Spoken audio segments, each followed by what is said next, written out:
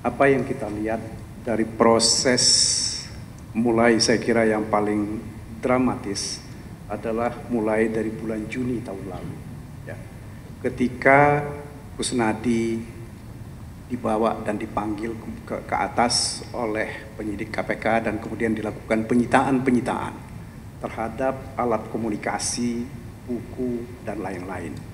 Persoalan pokok kita ketika itu adalah apakah barang-barang yang disita ini ada kaitannya dengan perkara atau tidak?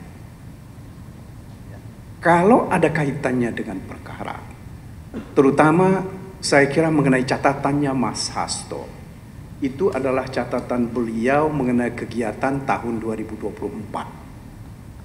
Kalau isinya catatan tentang seperti itu, artinya ini adalah catatan post factum, ya. Ini yang tidak pernah saya kira dijelaskan oleh pihak KPK. Ini satu yang saya kira yang kita mesti lihat secara baik.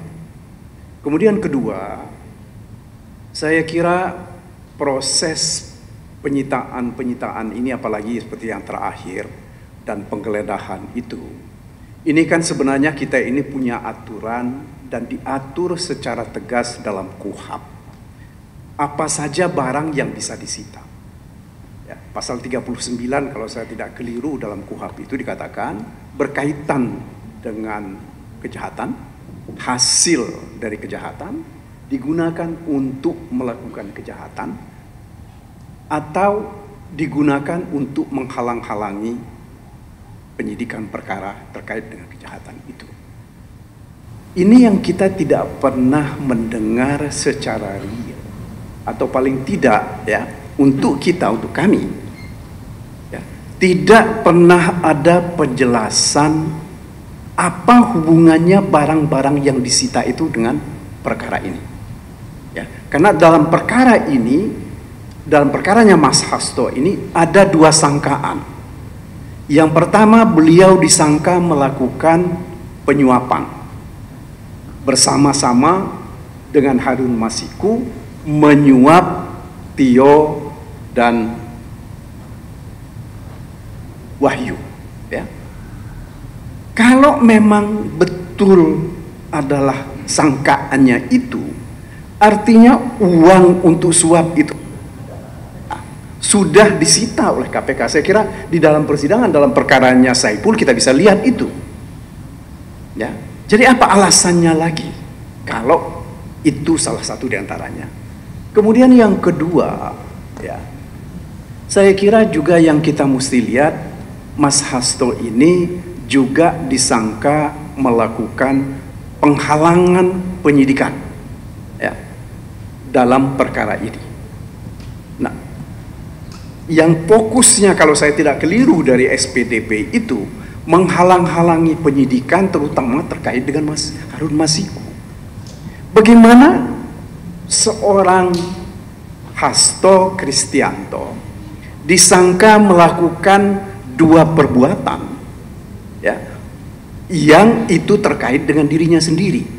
Dia dituduh disangka melakukan penyuapan bersama-sama dengan Harun Masiku, tetapi pada sisi yang lain dia bersama-sama dengan kawan yang lain disangka melakukan obstruction of justice terhadap perkaranya Harun Masiku, yang dia juga menjadi tersangka di situ.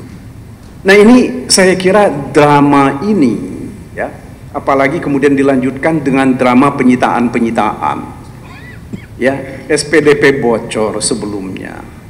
Ini sesuatu yang tidak sepatutnya terjadi pada negara hukum Republik Indonesia ini. Dan terus terang kita sesalkan bahwa konstruksi perkara yang dibuat seperti ini, ya, ini mengakibatkan orang beranggapan bahwa perkara ini adalah lebih jelas, lebih tercium aroma politiknya.